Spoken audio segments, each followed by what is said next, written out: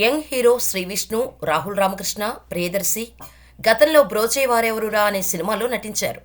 ఇప్పుడు ఇదే combo repeat చేస్తూ ఓం భీమ్ బుష్ అనే సినిమా తెరకెక్కింది. సినిమా దాదాపు పూర్తయి పోస్ట్ ప్రొడక్షన్కు వచ్చే వరకు మీడియాలో ఎలాంటి హడావుడి చేయకుండా సినిమా యూనిట్ జాగ్రత్త పడింది.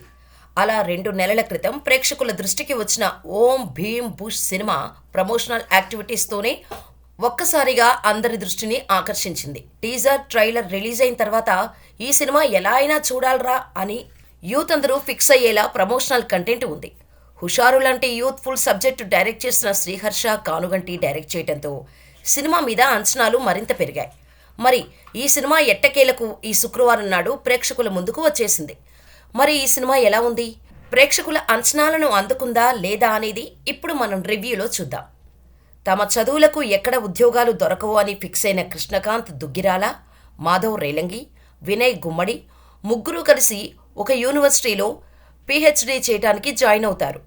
వారి వల్ల మనశ్శాంతి లేకుండా పోవటంతో వాళ్ళు ఏమీ కష్టపడకుండానే డాక్టరేట్ పట్టాలు ఇచ్చి పంపించేస్తాడు ఆ కాలేజీ డీన్ రంజిత్ వినుకొండ.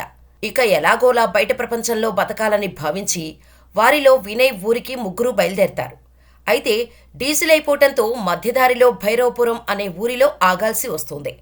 అక్కడ ఒక మంత్రగాడు చిన్న చిన్న పనులకే దండిగా డబ్బు సంపాదించడం చూసి తమ తెలివితేటలతో అదే ఊరిలో ఉండి అతని కంటే ఎక్కువ డబ్బు సంపాదించాలి అనుకుంటారు.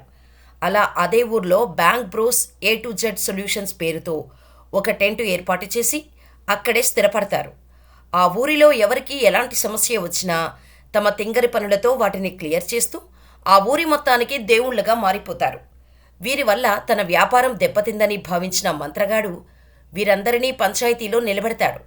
వీళ్ళందరూ మోసాలు చేస్తూ ఊరి ప్రజలను ఏమారుస్తున్నారు అని, నిజంగా తన మంత్ర విద్యల కంటే సైన్స్ గొప్పది అని భావిస్తే ఊరు మొత్తాన్ని ఇబ్బంది పెడుతున్న సంపంగి మహల్ సంపంగి దెయ్యాన్ని మాయచేసి అక్కడ ఉన్న నిధి ఊరికి చెందేలా చేయాలని ఛాలెంజ్ విసురుతాడు.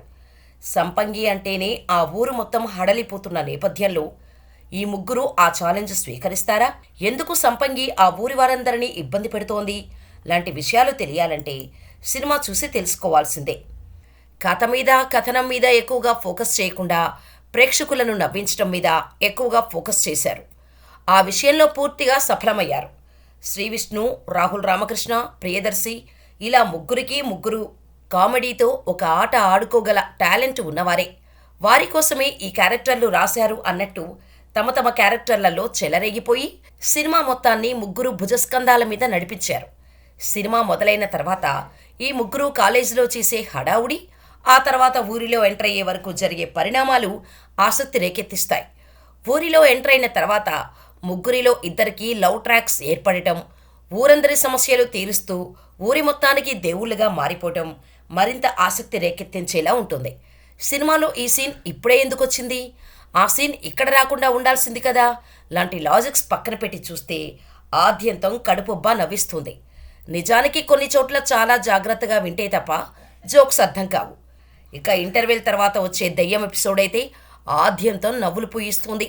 ముఖ్యంగా ప్రియదర్శి, రాహుల్ రామకృష్ణ, సంపంగి దెయ్యం మధ్య వచ్చే ఎపిసోడ్ అయితే గత తెలుగు చిత్రాలను గుర్తు చేసిన ఒక రేంజ్లో నవ్విస్తుంది. నవ్వి నవ్వి కడుపు నొప్పి వచ్చినా ఆశ్చర్యం లేదు అనేంతలా ఆ సీక్వెన్స్ మొత్తం పేలింది. అయితే ఇంత ఫాస్ట్గా నడిపిస్తూ వెళ్ళిన కథను క్లైమాక్స్ విషయానికి వస్తే బాగా స్లో డౌన్ చేసేసి ఎమోషనల్ ముగింపు ఇచ్చే ప్రయత్నం చేశారు మేకర్స్.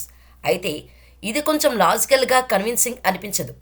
అప్పటి వరకు అసలు ఏమాత్రం బాధ్యతలు లేని, సీరియస్నెస్ లేని వ్యక్తులకు ఒక దెయ్యం పడే బాధ అర్థమై ఆ దెయ్యం బాధ తీర్చాలి అనుకోవడం కాస్త లాజిక్ దూరం అనిపిస్తుంది. కానీ తమ సినిమాల్లో అసలు లాజిక్స్కే చోటు లేదని సినిమా యూనిట్ ముందు నుంచి ప్రచారం చేస్తూ రావటంతో దాన్ని పెద్దగా పట్టించుకోవాల్సిన అవసరం లేదు. సినిమాలో ఏ సర్టిఫికేట్ జోకులకు కొదవలేదు. మొత్తంగా లాజిక్స్ పక్కన పెట్టి చూస్తే పెట్టిన డబ్బుకు పూర్తి న్యాయం చేస్తూ థియేటర్లలో కడుపుబ్బా నవ్వుకొని బయటకు వచ్చేలా ఉంది ఈ సినిమా. ఇక నటీనటుల విషయానికి వస్తే ముగ్గురు ప్రధాన పాత్రధారులు రాహుల్ రామకృష్ణ, ప్రియదర్శి, శ్రీవిష్ణు ఒకరితో ఒకరు పోటీపడి నటించారు. సినిమాలో చాలామంది నటీనటులు ఉన్నారు కానీ ఈ ముగ్గురు ప్రధాన పాత్రధారులుగా తమ పాత్రలను చాలా సమర్థవంతంగా పోషించారు. వీరి కాంబినేషన్ కూడా బాగా వర్కౌట్ అయింది. అయితే హీరోయిన్లుగా ముందు నుంచి ప్రచారం చేస్తూ వచ్చిన ఆయిషా ఖాన్, ప్రీతి ముకుందన్ల స్క్రీన్ స్పేస్ చాలా తక్కువ. కేవలం గ్లామర్ అబ్జెక్ట్స్గానే వాళ్ళను చూపించారు. ఉన్నంతలో వాళ్ళు తమ అందాలతో ఆకట్టుకునే ప్రయత్నం చేశారు. మరో ఇద్దరు హీరోయిన్లు ప్రియా వడ్లమాని ఒక స్పెషల్ సాంగ్లో, సాయి కామాక్షి భాస్కరాల ఒక సీన్లో అతిథి పాత్రలో కనిపించింది. ఇక శ్రీకాంత్ అయ్యంగార్తో పాటు రచ్చ రవి చేసే కామెడీ నెక్స్ట్ లెవెల్లో ఉంటుంది. సంపంగి పాత్రధారి ఎవరో కానీ దెయ్యంగా ఒక రేంజ్ పర్ఫార్మెన్స్ ఉంది.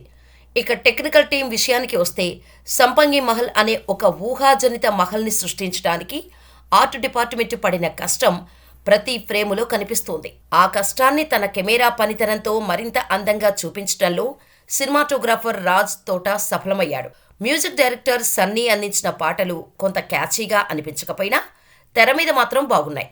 ఇక ఆయన అందించిన బ్యాక్గ్రౌండ్ స్కోర్ సినిమాకి బాగా ప్లస్ అవుతుందని అనడంలో ఎలాంటి సందేహం లేదు.